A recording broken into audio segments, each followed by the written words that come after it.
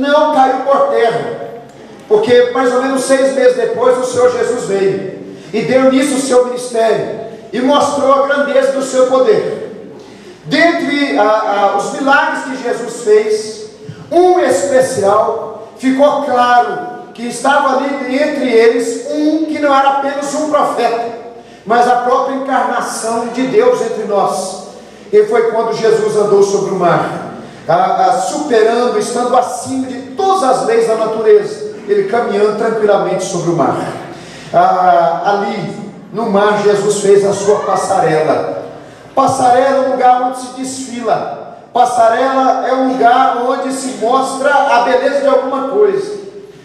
No mar Jesus mostrou a beleza da sua glória, e nós ficamos sabendo e cada vez mais convictos que Ele é Deus e que é cheio de poder. Marcos capítulo 6 verso 45 vai nos falar sobre isso. Olha que interessante, nós vamos terminar essa mensagem dando continuidade então à nossa série de exposições do Evangelho segundo Marcos. Diz o texto: logo a seguir compeliu Jesus os seus discípulos a embarcar e passar adiante para o outro lado, a Betsaida, enquanto ele despedia a multidão. E tendo-os despedido, subiu ao monte para orar. Ao cair da tarde, estava o barco no meio do mar, mais ou menos 6 quilômetros, e subiu para o barco para estar com eles, e o vento cessou. Ficaram entre si atônitos, porque não haviam compreendido o milagre dos pães, antes o seu coração estava endurecido. Queridos, na última mensagem que eu compartilhei com vocês nesse texto,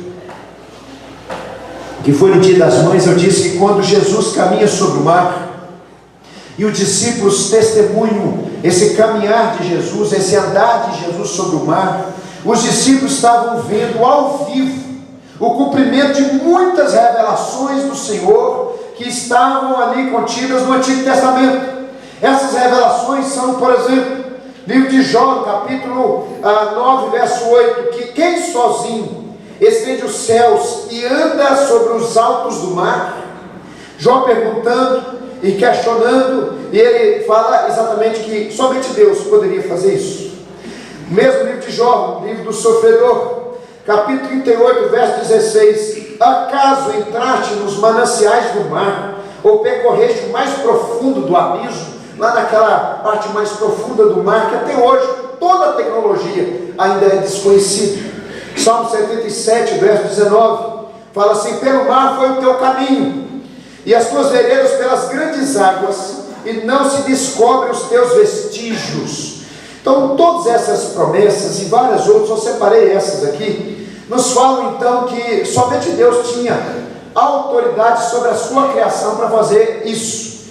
Deus abriu o mar, Ele abriu o rio Jordão para o seu povo passar, mas caminhar sobre o mar era uma prerrogativa somente de Deus. Então quando Jesus caminhou sobre o mar, andou sobre o mar, e os discípulos testemunharam isso, eles estavam vendo o cumprimento daquelas revelações de Deus no Antigo Testamento ao vivo, diante deles, apontando para Jesus como aquele que veio para dar ainda mais a nos conhecer do Pai e nos revelar o caráter de Deus, o amor de Deus e o propósito de Deus para a nossa vida. Nós dissemos então que aqui nesse texto Jesus está revelando a sua natureza divina. Jesus está revelando aos seus discípulos algo que eles não tinham compreendido por completo. Foi uma sequência de milagres para mostrar que estava ali diante deles, mais do que um mestre, mais do que um profeta, ou um pregador, ou um curador, estava diante deles o próprio Filho de Deus. Então tudo que vai acontecer aqui tem muito a ver com aquilo que Deus mesmo revelou no Antigo Testamento, condiz com aquilo que Deus revelou no Antigo Testamento. Por exemplo, nós constantemente vimos no Antigo Testamento que Deus tinha controle, tem controle sobre as circunstâncias adversas que se abatiam contra o povo dele, contra o seu próprio povo. Nós lemos no Salmo 107 que ele fez que as ondas aumentassem, fez que o mar se tornasse revolto. Nós lemos, por exemplo, já em Abraão, o patriarca do povo de Deus, no capítulo 22, verso 1, que Deus colocou Abraão à prova, Aquela circunstância adversa que Abraão enfrentou foi vinda da parte de Deus. Foi o Senhor que colocou Abraão à prova. Assim, muitas e muitas vezes, Deus colocava o povo de Israel à prova, diante de inimigos, permitir que inimigos se aproximassem, permitir que inimigos se levantassem contra o povo de Israel, por permissão dele, para que os inimigos caíssem por terra e o povo de Israel soubesse quem é Deus. Quando nós olhamos para Jesus e olhamos esse milagre, quando ele caminhou sobre o mar, nós vamos ver a mesma revelação, a mesma verdade, como Deus, Jesus, tem controle total das circunstâncias adversas, que se abatem contra o seu povo, que se abatem contra os seus discípulos, que se levantam contra a sua igreja. Nós lemos aí no versículo 45 que Jesus compeliu. Só lembrando e passando com vocês brevemente, essa palavra, eu não sei por que a nossa versão, compelir também é uma palavra muito forte, porém, no texto original a ideia é de obrigar, a ideia é de um braço forte, dizendo o seguinte: eu quero e obrigo a vocês a fazer isso. Tem alguma tradução que traduz como forçou, literalmente, é o que está escrito no texto original. Jesus compeliu os seus discípulos para atravessar o mar. Quando Marcos coloca esse detalhe, ele está nos levando então a entender que tudo que os seus discípulos passaram começou primeiramente no coração de Jesus. Jesus tem um controle total desde o início de todas as circunstâncias que os discípulos iriam enfrentar no meio do mar da Galileia. Partiu de Jesus, foi uma obra do Senhor Jesus, da mesma forma que Deus permitiu que o seu povo fosse provado no Antigo Testamento. Jesus está aqui dando início então uma grande prova para os seus discípulos. O Senhor, como Deus, tem controle total das adversidades que se abatem contra o seu povo, as circunstâncias contrárias que se abatem contra o seu povo. Ou seja, Deus dá origem a essas circunstâncias, muitas vezes, para nos provar. E aqui também Jesus deu origem a essa circunstância, a essa tempestade, para provar os discípulos. Segundo lugar, ele tem controle total das adversidades que se abatem contra o seu povo, situações contrárias, circunstâncias aflitivas, no cuidado dele sobre nós.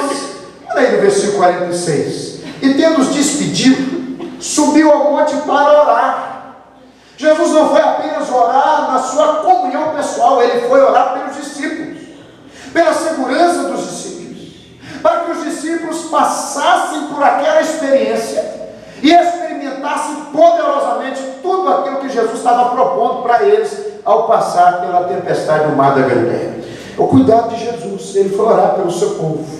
Irmãos, nós estávamos conversando com o pastor Evers, que me convidou para pregar na igreja de Nova Brasília.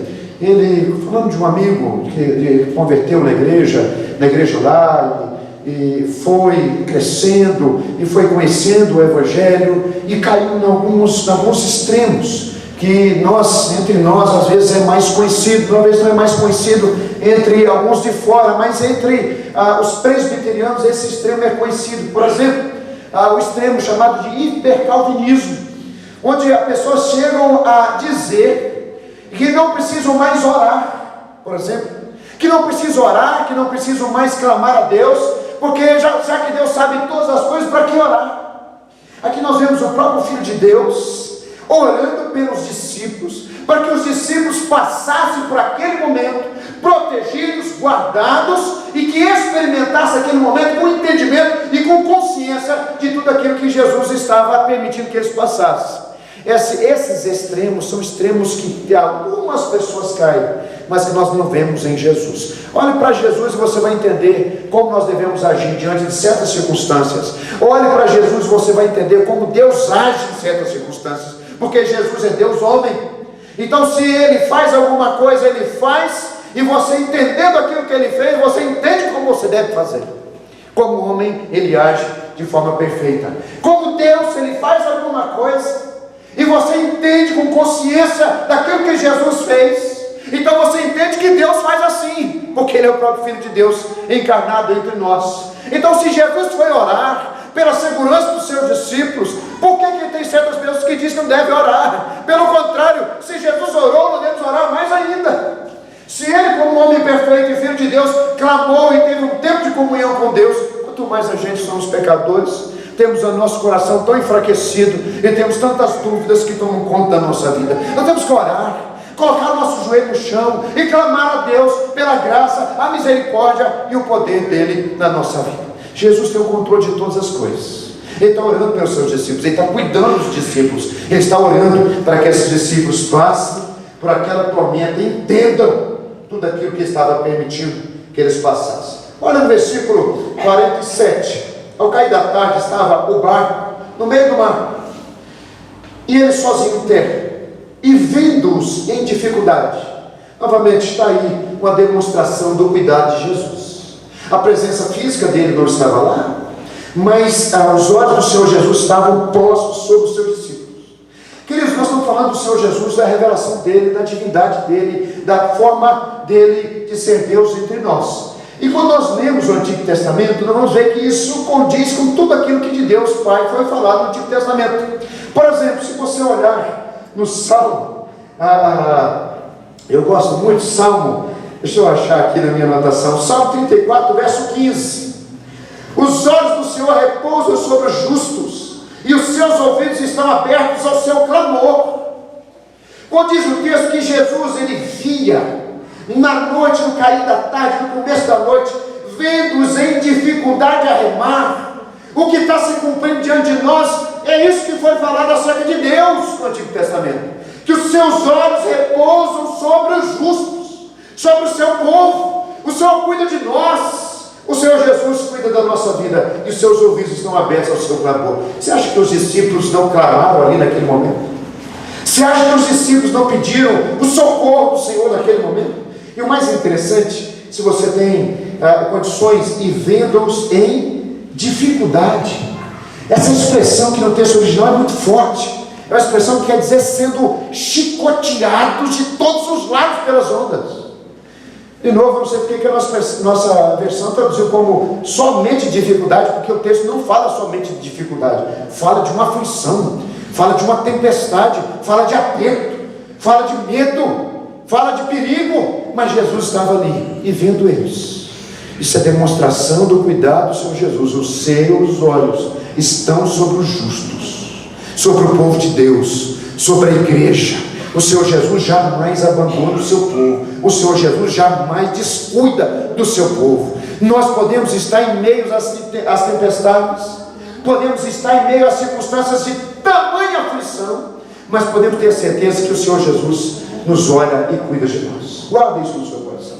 Até aqui nós falamos então no Dia das Mães. Eu queria continuar aqui dizendo para vocês o que esse texto diz. O Senhor Jesus, ele cuida de nós também em seu poder.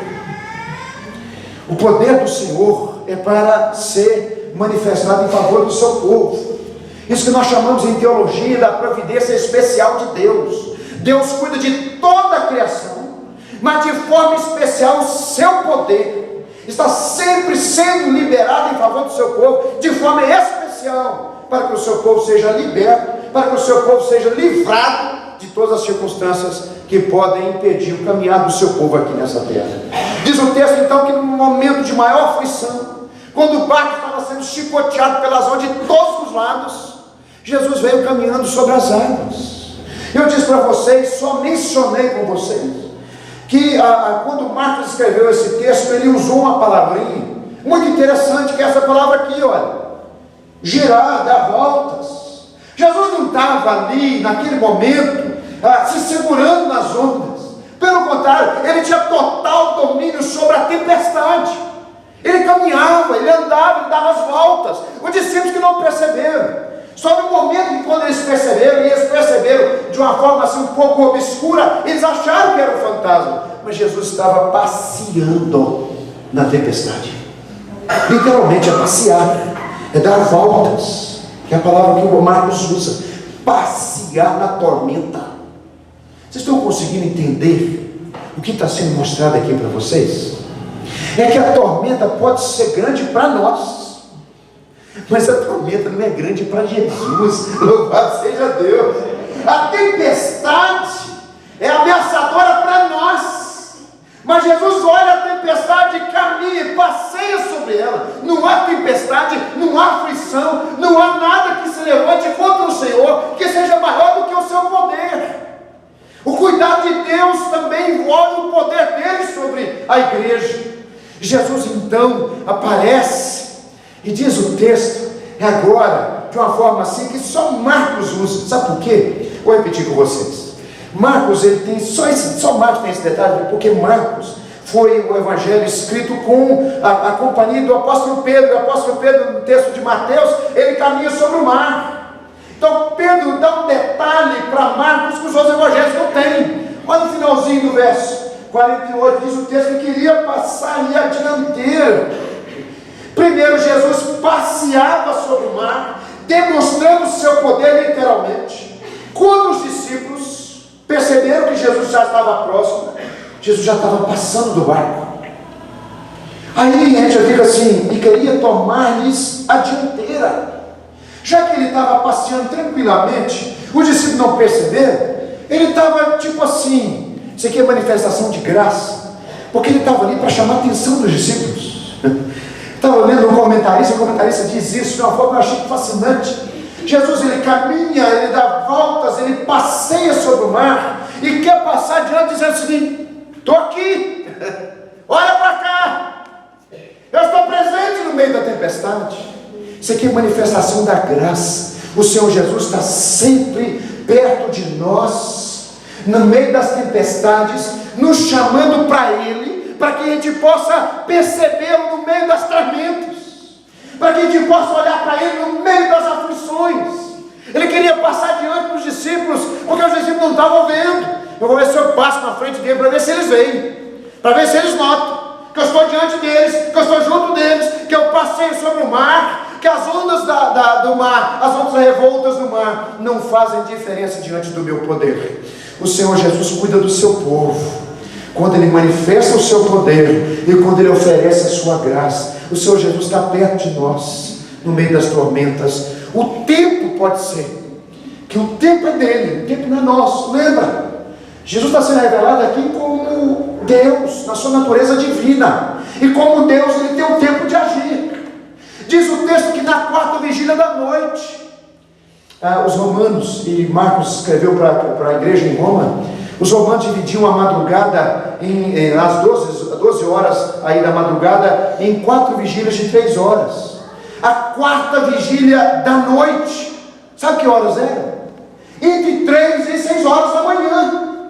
Gente, os discípulos estavam lá remando, sendo açoitados pelo barco. Ao cair da tarde, Jesus vê eles em dificuldade, mas lá por lá de 3, 4 horas da manhã ele vem passeando sobre o mar, caminhando sobre as ondas e dizendo: estou aqui, vocês precisam de mim, eu estou aqui para salvar, eu estou tranquilo, eu estou em paz, você tem que ter paz, só olhar para mim, isso não faz diferença para mim. Mas no tempo dele, ele manifestou a sua graça em favor dos seus discípulos. Jesus é o Senhor da nossa vida. O Senhor Jesus, como Senhor da nossa vida, Ele tem o total controle das circunstâncias diversas que nós passamos. E como Senhor da nossa vida, Ele cuida do seu povo, Ele intercede por nós, como diz o texto de João capítulo 17, e Hebreus capítulo 4, nós temos alguém diante do Pai que intercede por nós. A nossa salvação, até o último passo e até o último suspiro nosso aqui na terra, depende do clamor do Senhor Jesus cuidando de nós, pedindo para que a nossa fé não esmoreça, clamando ao Pai que conceda cada vez mais força e poder do Espírito Santo para nos sustentar no meio dessas tormentas que nós enfrentamos. Mas Ele cuida de nós, Ele intercede por nós, e segundo, Ele manifesta o seu poder em nosso favor. Quantas e quantas vezes nós estamos em meio a tormentas e tempestades, e nós enxergamos a Jesus, e conseguimos olhar para Jesus, e conseguimos enxergar muito acima de tudo isso, enxergar e saber que Ele é Deus, e que Ele cuida de nós, mas que Ele tem um tempo para agir. De 6 horas da tarde, quando a situação ficou mais apertada, até 3 horas da manhã, os discípulos ficaram como que se sentindo abandonados, mas não era o tempo do Senhor agir. Jesus precisava deixar os discípulos passar por aquele momento.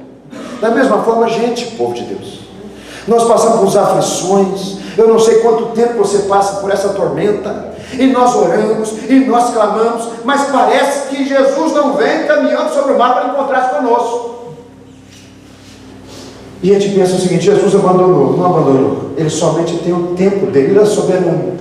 Ele vai agir do jeito dele. Ele vai caminhar sobre as águas no tempo dele. Mas quando chega o tempo dele, ele vem ao nosso encontro e nos dá livramento em nome de Jesus.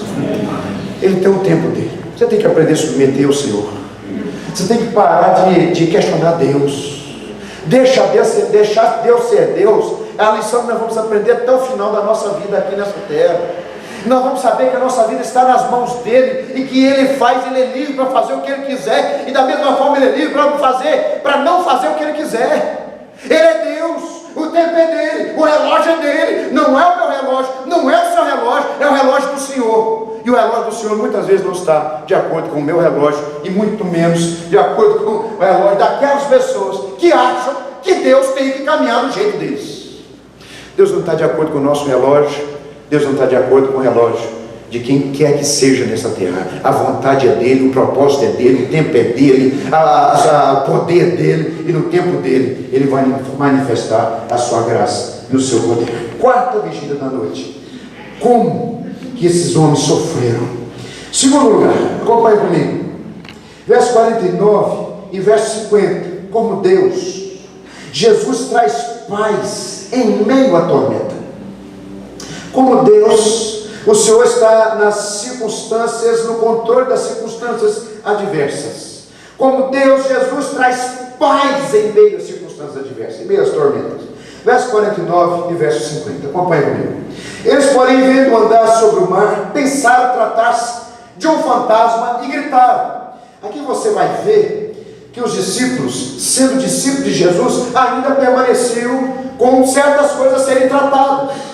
Como discípulos, conhecedores do Antigo Testamento, eles sabiam que não há fantasmas, que não existe fantasmas, que uma pessoa que morre, a sua alma vai para o encontro do Senhor, se morre com o Senhor. O destino do homem é para encontrar-se com Deus. Se ele morre salvo ou não morre salvo, de qualquer forma ele vai encontrar-se com o Senhor. Que nós temos nesse mundo são atuações malignas, mas fantasma. E sabe por que eles pensaram que é o fantasma? Porque havia uma superstição no mundo antigo de que quem morria no meio do mar, quem morria afogado, quem morria naufragado ali no meio do mar, muitas vezes essas almas apareciam então para os navegantes, e eles pensaram que era então uma dessas almas de pessoas que tinham morrido afogado no meio do mar da Galileia. E você vai ver que mesmo sendo discípulos de Jesus, ainda precisava de muita coisa ser tirada da mente, do coração, de superstição e de mundanismo e de coisas que não tem nada a ver com a palavra de Deus. Aqui está a grande explicação, aqui está o grande motivo. Jesus permite que tudo isso aconteça para tratar os seus discípulos, é para tratar conosco, é para tratar com eles. Nós vamos ver no versículo 52, mas guarda isso. Eles pensavam que era um fantasma. Eles estavam cheios de coisa na mente e no coração que não devia estar, mas Jesus precisou então tirar isso, e para tirar isso, levou os discípulos no meio de uma tempestade. Mas a grande revelação desse texto, meus irmãos, que eu acho fascinante, é que Jesus disse aí no versículo 50, que mais ou menos no texto original da ideia é o seguinte: não tenham medo, eu sou. Na nossa versão está escrito: sou eu. Parem de ter medo, tenham bom ânimo, eu sou, e parem de ter medo. A ideia então é que Jesus ele traz paz ao coração dos discípulos, revelando quem ele é.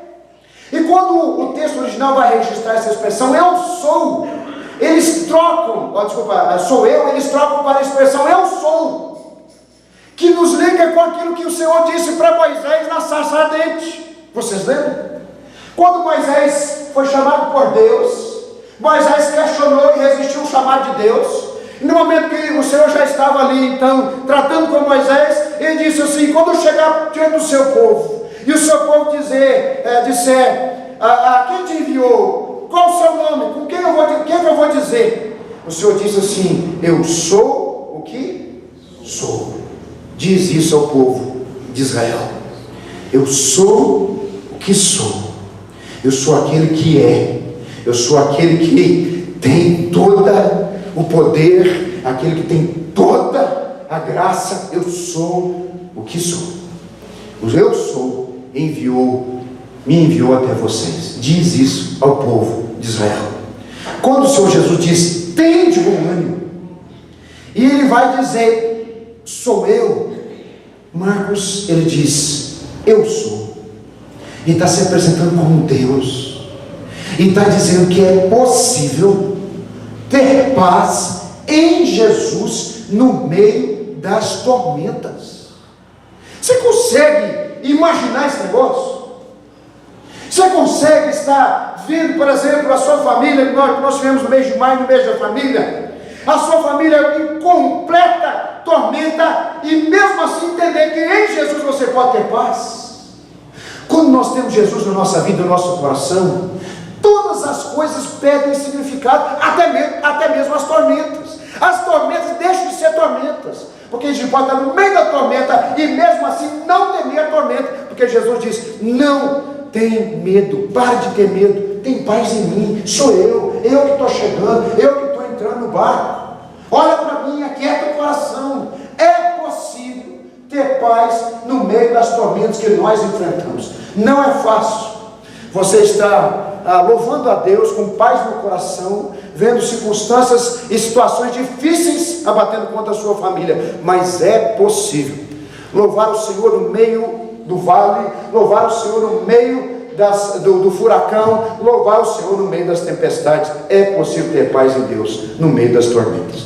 Agora olha aqui para mim, gente, é o conhecimento do Senhor, conhecimento de quem é Jesus, da sua pessoa, das suas promessas e do seu poder, é que nos vai capacitar a enfrentar as tormentas que nós enfrentamos.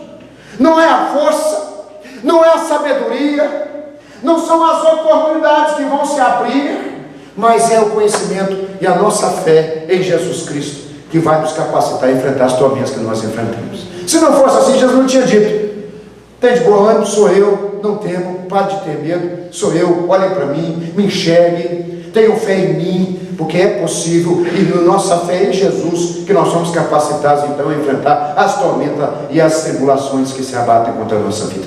Estava compartilhando com a igreja lá de Nova Brasília, e falando sobre a vida de Moisés. Moisés foi colocado ali em Hebreus capítulo 11, que nós conhecemos como a galeria dos heróis da fé. Ele foi colocado ali para ajudar um povo sofrendo. E nós vamos perguntar, quais os segredos e por que foi o autor colocar ali Moisés para servir para uma igreja perseguida, uma igreja sofredora, uma igreja que estava passando por uma tormenta, sendo realmente perseguida por tudo e por todos. Logo Moisés, e o texto diz o seguinte, pela fé. Moisés, aí vai citando tudo que Moisés fez, mas o segredo está ali nessa expressão chave da carta aos Hebreus, pela fé. A expressão pela fé aparece 39 vezes no Novo Testamento, só na carta aos Hebreus 22 vezes, mais do que a metade, porque é a expressão chave. O crente vence não é por força, o crente vence não é por sabedoria humana, o crente vence não é por ajuda e socorro dos homens, o crente vence pela fé, confiando e aguardando a manifestação do poder de Deus. É por isso que é importante você conhecer Jesus, é por isso que é necessário, é urgente você colocar a sua vida e descansar em quem Jesus é, naquilo que Ele prometeu fazer, naquilo que Ele já fez e aquilo que Ele está fazendo, no poder dEle que Ele está atuando até hoje. É só a fé em Jesus que vai te dar paz no meio das tormentas. Tem de bom ânimo. Mas pastor, o negócio está complicado. Tem de bom ânimo. Jesus está no controle. Amém. Jesus é Senhor da sua vida. Pastor, meu casamento por um filho. Tem bom ânimo. Jesus foi chamado para ser a base do seu casamento. Você não chamou Jesus para ser o Senhor da sua vida, da sua família? Não tem bom ânimo, Ele está cuidando de você.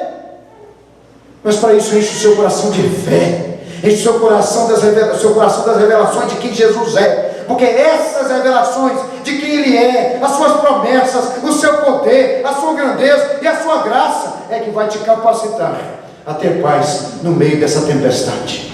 O Senhor Jesus está no controle, o tempo dele vai agir. Não sabemos se vai ser na primeira vigília, na segunda, na terceira, ou no último momento da quarta vigília, mas ele vem no tempo e no relógio dele. Ele vai vir em socorro da sua vida, da sua família.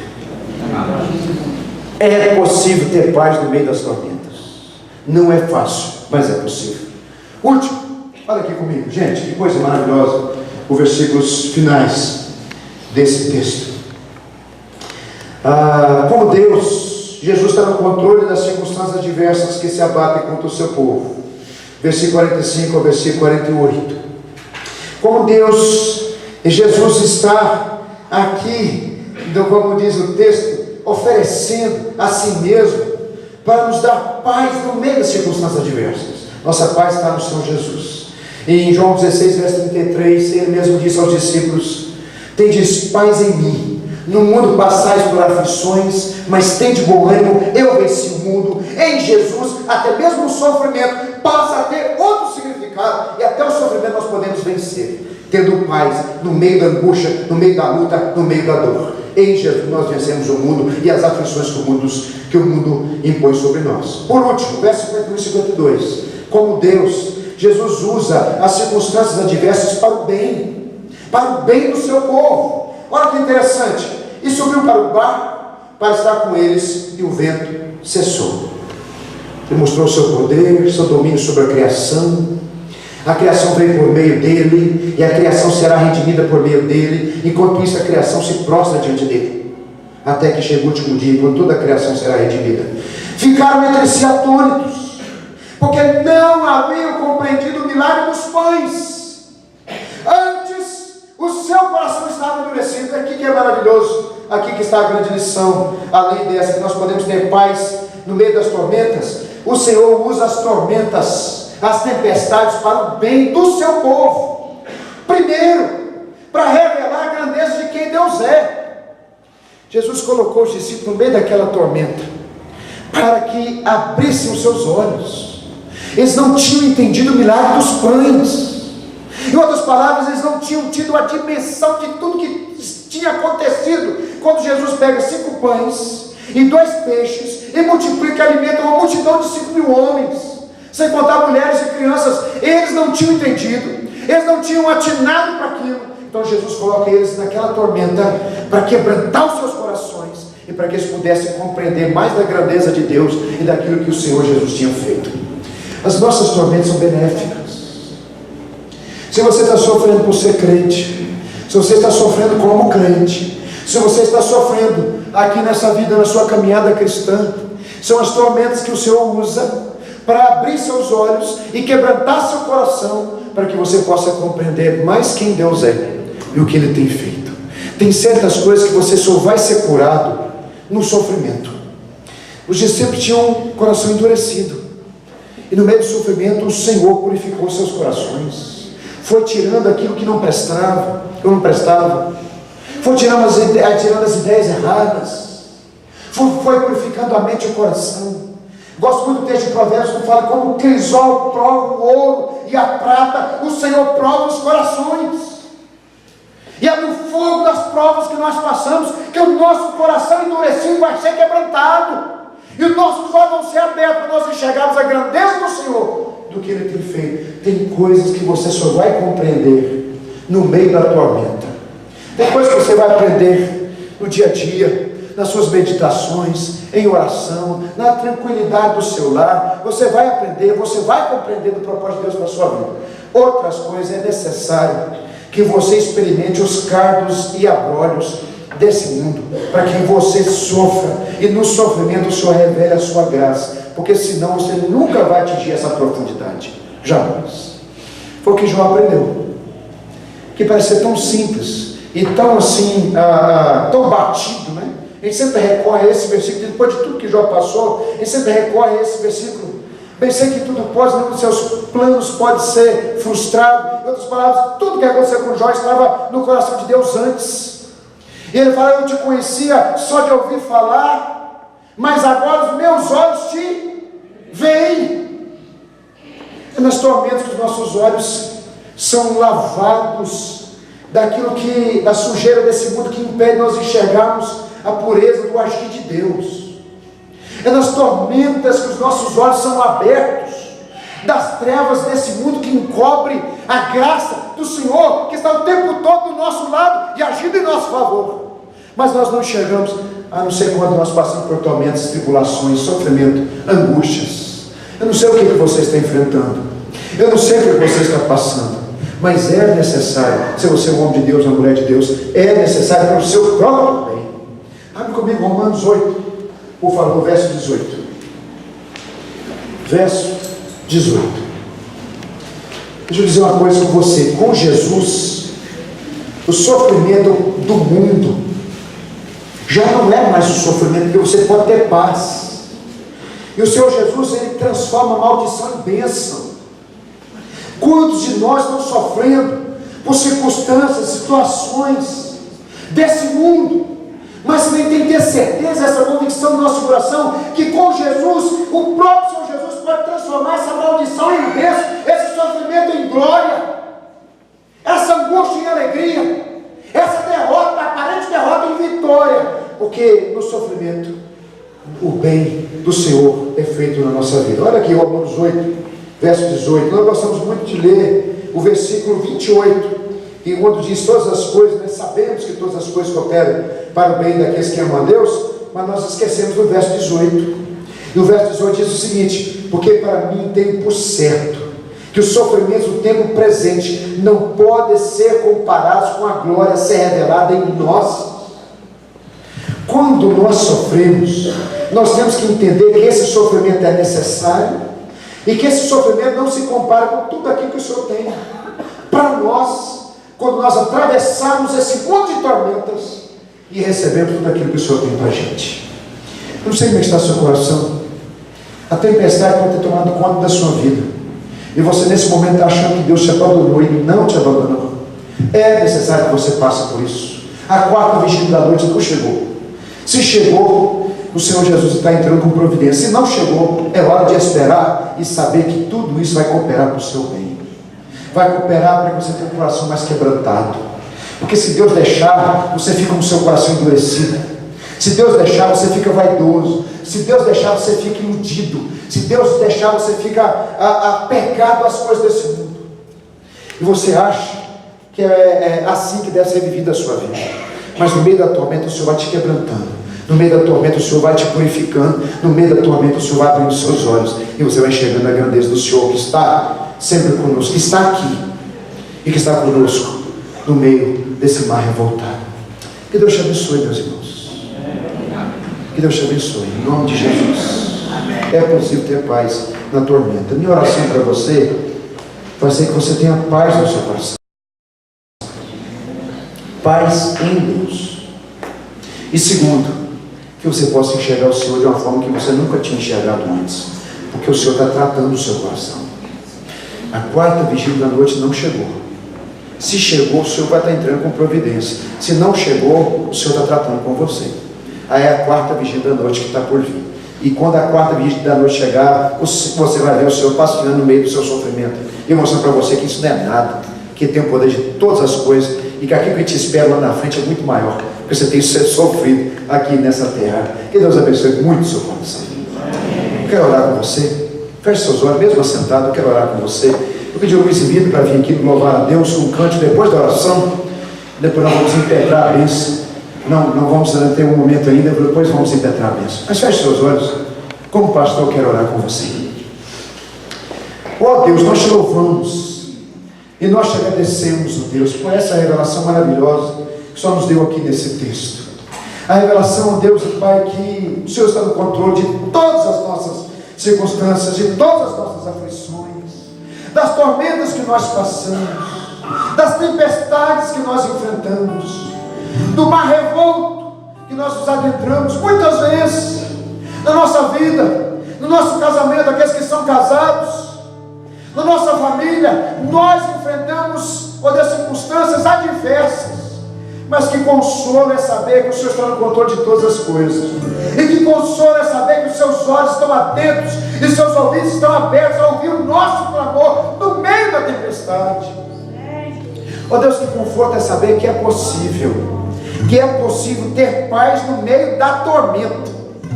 Que, ó Deus, quando nós compreendemos quem o Senhor é, e a sua grandeza, e as suas promessas, é possível ter paz no meio da tormenta. Louvado seja o Senhor. Quando o mundo está em desespero, nós estamos com o nosso coração em paz, mesmo que a circunstância não mudou, mas nós estamos com o coração em paz.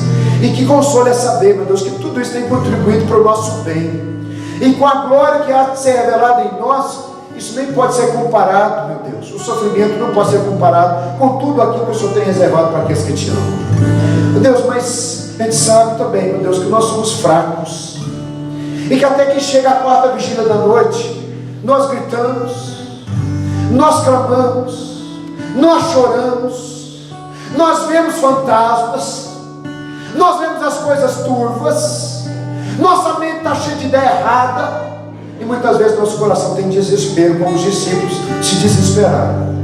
Ó Deus, abençoa esse irmão que está aguardando ansiosamente a quarta vigília da noite, quando o Senhor vai vir passeando sobre os seus problemas e vai revelar o seu poder e acalmar essa tempestade. Acalma antes o coração desse irmão, trazendo paz, dessa irmã trazendo sossego, consolo e conforto, porque Tu és Deus e nós cremos nisso.